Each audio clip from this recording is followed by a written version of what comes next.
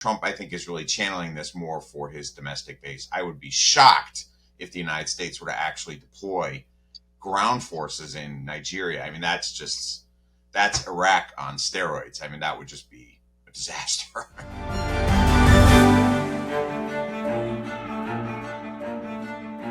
Hi, I'm Maddie, Hale, and welcome to the Trump Report. Today I've got Professor Robert Kelly on the show from the Pusan National University. And just a reminder that you can watch us every day, Monday through Friday on Times Radio's YouTube, or you can stream us as a podcast wherever you get your podcasts. Bob, thank you so much for joining the show today. Hi, Maddie. Thanks for having me again. Let's start off with these comments from Donald Trump. Over the weekend, he weighed in something pretty unexpected when he accused Nigeria of killing Christians. He said that if the Nigerian government continues to allow the killing of Christians, the USA will immediately stop all aid and assistance to Nigeria and may very well go into the now disgraced country, guns a-blazing, to completely wipe out the Islamic terrorists who are committing these horrible atrocities. Just for our audience, over the past decade, the US has given around $7.8 billion of foreign aid to Nigeria. And just in September, the US approved $32.5 million for humanitarian food and assistance to Nigeria. So, Bob, can you walk me through this from Trump? Does he have a point? Because right now, Christians have been targeted in Nigeria, but according to many analysts, so have Muslims. So it's kind of an awkward situation. Yeah, it is. I mean, my understanding, not an Africanist myself, but my understanding is that Nigeria has been deeply divided along a Christian Muslim fissure for a really, really long time, and that conflicts like this, sort of outbreaks like this, are pretty common. Africa is sort of well known for sort of state problems and state failure, and this is sort of another example of that. And I think really the only reason that it's on Donald Trump's radar, as opposed to, say, the problems that we've seen in Zaire or Rwanda over the years, for example, right, or elsewhere in Angola. The only reason it's really on the president's radar, of course, is that evangelical Christians are sort of the core element of Donald Trump's domestic base in the United States. And for them, the perception that the U.S., or excuse me, that Christianity is at war with Islam is sort of a part of sort of general American sort of ideology since 9/11, right? The perception is like a clash of civilizations. I mean, that language has been around now for 30 years. And Trump, I think, is really channeling this more for his domestic base. I would be shocked if the United States were to actually deploy ground forces in Nigeria. I mean, that's Iraq on steroids. I mean, that would just be a disaster. I mean, I'm going to get into this because this was an interesting point that you bring up, this, I guess, saying that boots on the ground could be an option, this military assistant, because as you said, the Christians, yes, they have been targeted in Nigeria, but it's not as simple as a Christians versus Muslim epidemic, nor is the Nigerian government, I guess, responsible for these killings. So, I mean, it is bizarre to have Trump threaten to send militants to Nigeria and tell the Department of War to prepare for this, when boots on the ground in Ukraine has always been completely ruled out. Sure. Yeah. And then Donald Trump is traditionally quite gun shy, right? I mean, if you look at Donald Trump's participation, for example, in the Israeli airstrike against Iran, it was two U.S. strike packages, I believe, and it was all wrapped up in like 8 hours, and that was it, right? Donald Trump has been really, really cautious about the use of American force, particularly American ground forces, in any kind of fragmented third world environment. Again, I would be just amazed if Donald Trump were to get the United States involved in any sustained conflict, particularly in a sort of less developed country like Nigeria, where there's all kinds of tribal issues and stuff like that the United States doesn't remotely understand, right? I mean, you'd think we would have learned that from Afghanistan and Iraq. So my read of all that, given that Trump is gun shy and sort of the terrible experience of the war on terrorism of the last 20 years, is that Donald Trump is really saying this for domestic consumption. It's something he puts out there on Twitter or Truth Social or whatever it is that's on Fox. It looks really good. It sort of plays well to the voters who want to hear about these kinds of issues. And he'll forget about it, right? In the same way that, like, if you and I were talking 2 weeks ago, we were talking about nuclear weapons testing, right? We're going to do that. And then it kind of came and went. It was all over New York Times for 2 or 3 days, and then it disappeared. And Trump is like this, right? I mean, I think, we all kind of write this off about Donald Trump, but he kind of swings from topic to topic, a lot of those with sort of an explosive appeal that make for good media, and then they kind of fade away. And so that would be my guess. Again, I would be genuinely amazed if the U.S. were to deploy force into West Central Africa like this. I mean, it would be extraordinarily difficult. The power projection would be really hard. Boots on the ground would be extraordinarily difficult. So, no, that's not going to happen. Mm. He's the king of threats, Bob, and sometimes it Yeah. works and sometimes it doesn't. But he was asked on this in his 60-minute interview whether Vladimir Putin or Xi Jinping was harder to deal with. A very interesting question, I might add. And he said, look, both are difficult, both are smart. Listen, they are both very strong leaders. They are people you can't play games with. These people, you have to take it very seriously. So that comment, Bob, but also in conjunction with the fact that Donald Trump, of course, had this meeting with Xi Jinping late last week, and they negotiated this trade and economic deal and 1 year of truce. How do you think he went with that? My sense is that Trump is always on the defensive when it comes to Vladimir Putin, and so he's going to sort of duck anything that would suggest that in some way he's soft or something like that. So equivalent, um, by sort of posting Trump, or excuse me, Xi and Putin as sort of equally difficult, right? It kind of blends away the unique sort of deference that Donald Trump shows to Vladimir Putin, right? So I'm not surprised at all that he said this. In fact, I would have assumed that he probably would have leaned harder on Putin, if only to sort of, undercut the constant rumors in the United States that he's soft on Putin, that he's captured by Putin because of photographs or financial blackmail or something like that. As far as the Xi meeting, I'm actually kind of unimpressed. I think all it did is really kind of like reconstruct the status quo before the trade war, right? Basically, sort of the trade war kind of blew up U.S. farmer markets, the soybean market particularly in China. That I think this is pretty well understood in the media at this point, the business press, and Trump had to patch that up. And so, but you didn't really get any movement on major strategic issues that we care about. The president's still dancing around this question of NVIDIA and its most advanced chips. And of course, you got nothing on Taiwan, North Korean missiles, any of the other big strategic issues in the region. So, I mean, there was a lot of hype, especially here in South Korea, because the meeting was just like an hour away. It's right up the street. But I'm not actually sure that Trump got a whole lot out of it. Again, I mean, I hate to be so intensely critical, but I mean, again and again with Donald Trump, it seems like a lot of show and a lot of big talk, and then not a lot of follow through, right? I mean, bringing the soybean market back isn't actually a big deal because Biden, it was all there under Joe Biden before, right? I mean, we are exporting even more soybeans than Trump has gotten a commitment for. So all he really did is undo damage that he had created, but there was actually no major movement on the big issues, to my mind, right? There was no declaration about sort of rules of the road for Taiwan or the South China Sea, for example. Trump was also asked about the Russia and Ukraine conflict. He told 60 Minutes that sometimes you have to let it fight out, and they're fighting it out. It's been a tough war for Putin. It's been a tough war for Ukraine. It's been tough for both. Sometimes you have to let it, just fought out. I've settled 8 wars. This also in conjunction, Bob, with the fact that at the same time he's saying this, Dmitry Peskov is saying that that he's kind of joined the United States in the sentiment that there really is no need right now for a face-to-face meeting with Donald Trump and Vladimir Putin. He said what is needed now is very careful work on the details of a settlement. So where do you think the United States and Donald Trump is at currently in trying to end the war diplomatically? Do you think that that's kind of out the window? I do. I do. I think Trump has basically given up on it, right? I mean, he was using profanity, I believe, about this 2 or 3 months ago, right? Talking about the two sides.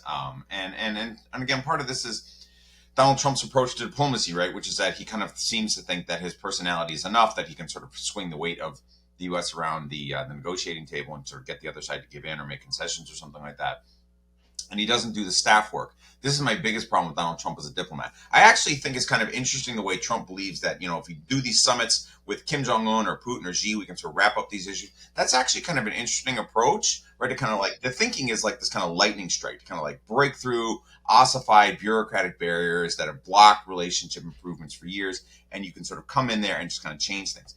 But Trump does this without really any prep. And you really saw this back in 2018-19 when he met Kim Jong-un of North Korea. And he basically got off the plane in Singapore and walked in and was like, I'm here. He'd done no preparation, hadn't read anything at all, didn't really know anything about how North Korea functioned, didn't know anything about nuclear weapons, ballistic missiles. And so the negotiations didn't really go anywhere because Donald Trump didn't actually know enough about the issues to engage in a back and forth. And I think you've seen the same thing in Ukraine, right? I mean, he brought Vladimir Putin all the way to Alaska, and really nothing came out of it. Apparently, Vladimir Putin just gave him a lecture for 2 hours about sort of like Russia's claim to Ukraine going back, 800 years or whatever, and Trump got upset and walked out, and that's why they canceled the lunch. And I think that's really the problem here, is that Trump just is unwilling to do the staff work, the leg work necessary to build up, so to close the gap between the two parties in the war, and then have the summit maybe sort of finish the bridge, you build the final bridge. That's how these things normally work. If you look at like the Camp David Accord, for example, where Jimmy Carter got the Israelis and the Egyptians to agree, on a final deal. This was, I think, in '78. The Carter administration did a lot of work to actually bridge that gap, and then you had the meeting at Camp David that brought it together. Trump isn't doing that, which is why these big initiatives keep failing. That's why if he goes and meets he meets Kim Jong Un again in North Korea, I've argued in the local Korean media, it's not going to do anything because Trump just doesn't come ready to actually do the detail work. And I think that's why, 8 months into his diplomacy on Ukraine, he's just all over the place because he just doesn't really want to spend the time learning the issues and learning where the border ought to be and what about this village and that village. I mean, you got to get into those kinds of details if you're really going to arbitrate. And he and his staff are just unwilling to do that. I mean, it's just very apparent at this point. Well, Bob, if diplomacy is off the cards now, and we've tried this time and time again, Donald Trump's had his own meeting with Vladimir Putin, of course, the Alaska summit, and then he's also had his phone calls. And then we've seen Steve Witkoff over in Moscow, we've seen him chatting to Zelensky as well. If this idea of diplomacy is now off the cards and to end this war, what is the US's role in ending this war, do you think? I think Trump is increasingly throwing this to the Europeans. That he is increasingly expecting the Europeans to provide the weapons. If at all, the United States is providing a lot of the logistics and surveillance and reconnaissance that helps Ukrainian targeting. Right? Trump threatened to cut that off, and it seemed to step back from that threat. And it's not too difficult for the U.S. to do that because all the structures are already in place. So the marginal costs of continuing to provide that to Ukraine aren't really that high for us, and we can probably get the Europeans to pay for it. But it looks like that's kind of it. And that Trump is, like he said, he's content to let the two sides sort of fight it out. This is a shame because I am actually fairly persuaded by the case that Ukraine can probably fight Russia to an exhausting stalemate the Russians actually give. And that point would come faster if the Americans would provide greater support. It's going to take a while for the Europeans to get to that level, probably a year or two, to really rev up their defense industrial base. And that will only drag out the war. But it should be pretty clear by this point, the Ukrainians aren't going to give up. I mean, even the Americans completely cut off the Ukrainians, they're not going to surrender. Right? I mean, Trump has tried to bully Zelensky into surrendering, and they're just not going to do it. The Ukrainians have been putting up, with this terrible Russian onslaught for 3.5 years. They're not going to give, which means basically we're now waiting for the Russians to decide that enough is enough and withdraw, which is what they did, for example, in 1980 after fighting in Afghanistan for 7 years. They gave up because it was unwinnable. And I think that's the trend for this. And the sooner we help the Ukrainians get the Russians to that point, the sooner it ends. Well, it was reported today that the UK is sending more Storm Shadow cruise missiles to Ukraine, which is obviously great. Now, this is happening at the same time as the fact that Ukraine launched another successful drone strike on Saratov oil refinery, which belongs to Rosneft, which was, of course, one of the companies sanctioned by the US that was announced a few weeks ago. The oil production capacity is around 4.8 million metric tons a year. So this is the fourth time Ukraine has targeted this refinery. What do you make of this strategy, Bob? The fact that Ukraine has started doing this targeting oil refineries for the last 5 or 6 months while waiting for extra military support from the EU, from the UK, from the US. Yeah, I think it's a recognition on the Ukrainian part that Russia really is a petro economy. That 3 or 4 years now of sanctions have really sort of significantly limited what Russia can produce in its civilian economy. The economy is also now very heavily militarized, right? It's producing enormous amounts of military vehicles. So increasingly, the Russian civilian economy, the productive economy that supports the war economy, is narrowing down to that which the Russians can export, and the big one is oil, right? I think this has been well understood. Really, almost going back to the 1970s. I mean, the Soviet Union was a big exporter late in its life. I mean, that was one of the things that was keeping the Soviet Union on life support in the 70s and 80s in the final days of the Cold War, and that continues. And I think the Ukrainians have sort of picked up that that's probably Russia's biggest weak point and are really going to keep banging away at this. By the way, this is actually sort of one of the things that we might have done if the U.S. and the Soviets had fought like Cold War, if we had fought like a hot war in Europe. We might have actually done the same thing, strike Soviet military fuel installations because of this point too.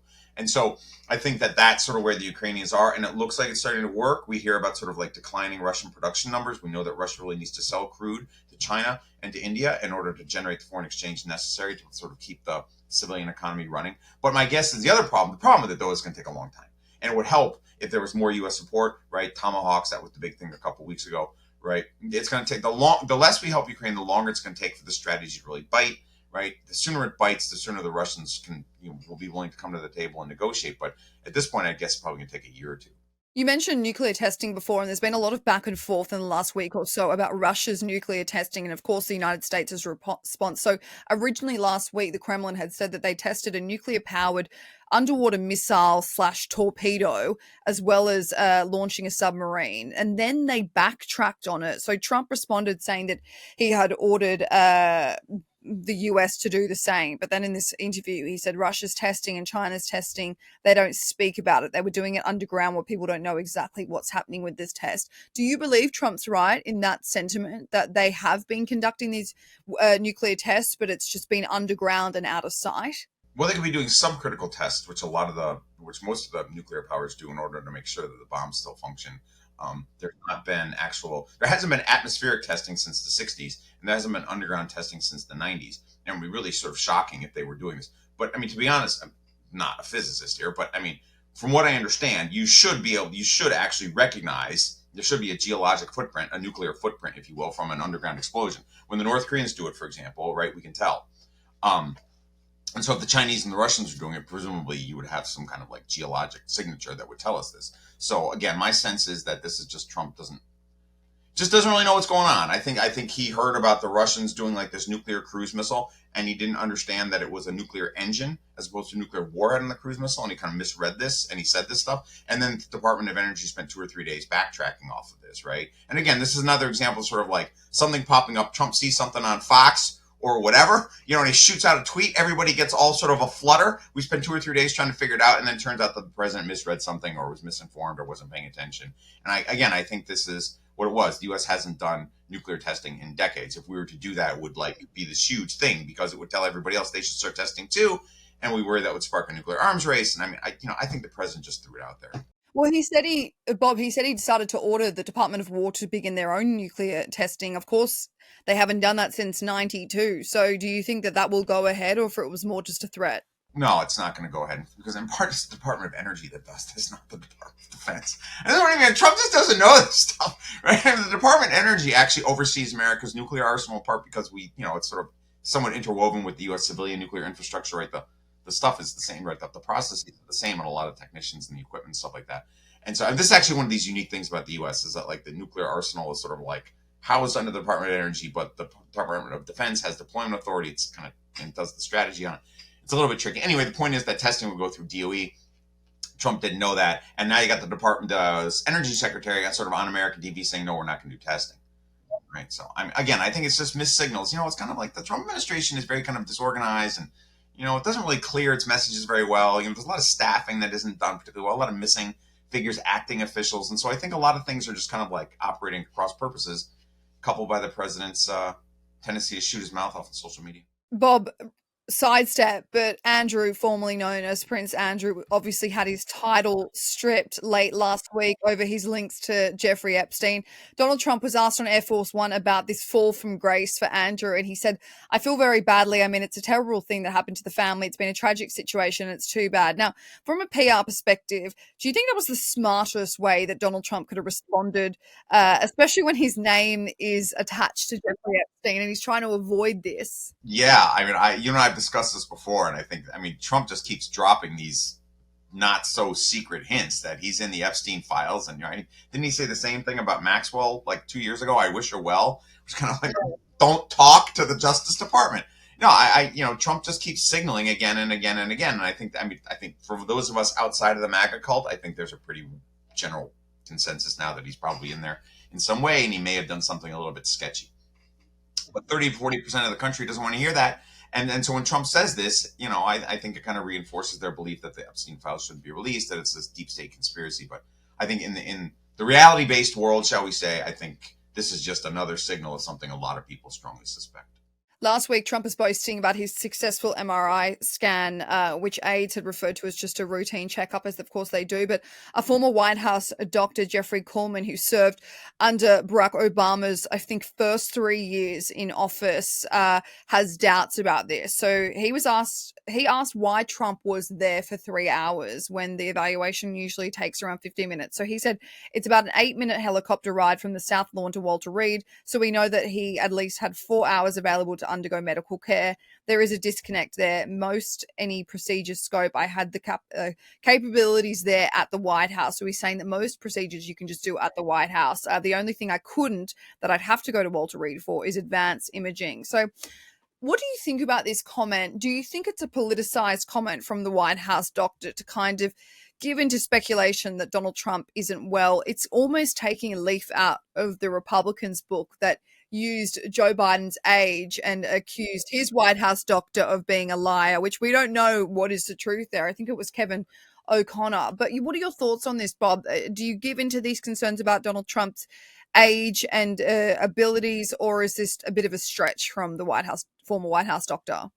No, I do. I share those concerns. I mean, Donald Trump, he's 79, he's almost 80. I mean, if you listen to him speak, many people have noticed this over the years, right? That he speaks in these kind of word salads, right? There was even a term coined to sort of capture trying to make sense out of Trump's language, what they call sane washing, where you take the president's sort of chaotic transcripts and you kind of massage them together to look like something more coherent than they are. 60 Minutes was just accused of that in the Norah O'Donnell interview just the other day.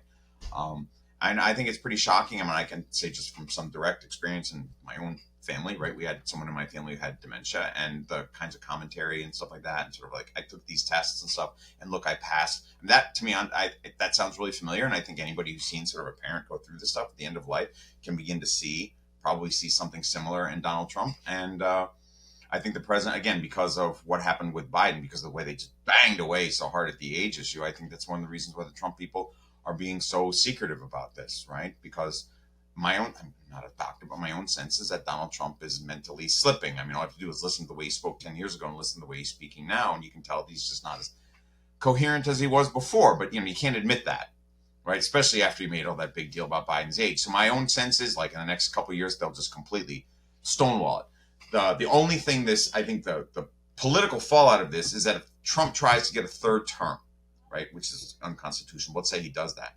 By that point, I think he will be so enfeebled that he would essentially be manipulated by the people around him. That if Trump is still in there until 2032 or something like that, by that point he'd be close to 90, and his administration would be like run by Stephen Miller and the staff and stuff like that. That's what I really worry about, is that if Trump really slips, staff is going to step in, and then we don't know who's running the country. But do you think that this is more of a concern for Americans after what happened with Joe Biden and can be used as a political weapon more so now than before? Because we know how much of a big deal it was post, of course, that June campaign last year. Yeah, I'm genuinely surprised actually that it's not. And again, I mean, this gets into sort of debates about how willing to go after Trump for real is the U.S. media. Are they really willing to sort of push him on this? But my sense is that the U.S. media has actually been quite generous with this on Trump. I mean, if you recall, after Trump got shot at in Pennsylvania a year and a half ago, right, there was no sort of medical report released, right? And if you look at his ear and stuff, there's no obvious scarring or anything like that. I mean, there are all these sort of weird questions.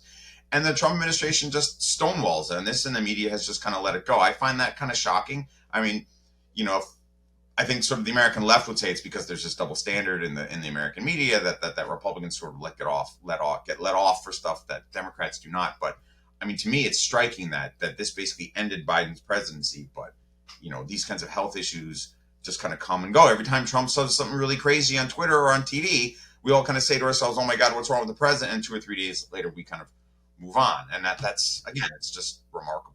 That's life with the news cycle. Bob, you mentioned the attempted assassination. A Politico poll has found that 53% of 2024 Kamala Harris voters and 51% of Donald Trump voters believe that there will be a political assassination within the next 5 years. So across the board, Bob, Americans seem to be worried that political violence just is the new norm. Okay, so I disagree with that conventionalism. I think there's actually not a great deal of political science to support that. I think you have a few high-profile shootings, right, that were not easily trackable back to some coherent ideology or faction or guerrilla group or something like that. I think America is sort of like filled with weapons, so it's actually quite easy to do shootings of all kinds. If you place the shootings of U.S. politicians into the larger context of sort of American shootings in general, at schools and gas stations and Walmarts, it looks just kind of like the daily norm, right? 40,000 Americans die every year of gunfire. If you actually want to see like real political violence in the United States, if you go back to the early 1970s when you had like the Black Panthers and the Weathermen, you had them like bombing, ROTC stations and like kidnapping people and shooting police officers. That is the kind of political violence. And that was from the left, the kind of stuff Stephen Miller talks about. That was much more severe. Remember, Patty Hearst and the Symbionese Liberation Army? There's nothing like that going on in the United States. Instead, what you have is what you've always had, quite honestly, for several decades now, is a lot of young men unhappy, and they pick up a gun for whatever reason with some vague ideology, and they shoot. I don't actually believe that there's some left-wing insurgency in the United States. If you look at like SLA, the Patty Hearst thing, there's nothing like that in the United States at all. There's nothing nearly that organized. Instead, it strikes me as just kind of like stochastic, sort of terrorist violence by unhappy young men with access to guns. There are a lot of guns in America, right? There are more legal firearms. There are more legal firearms in the United States than there are citizens, right? So 1.2 guns per person now, which means anybody can. Bob, just finally, a new poll, CNN slash SSRS, has found that Trump's approval rating has dropped to its lowest level in his second term. So it's dropped to 37%. His disapproval rating has reached 63%, which is the highest of either of his terms. Now, his approval rating was around 47% in mid-February. So what does this say to you? I think Trump is losing the shutdown fight. And I said this when I was on your show a few weeks ago with Fergus.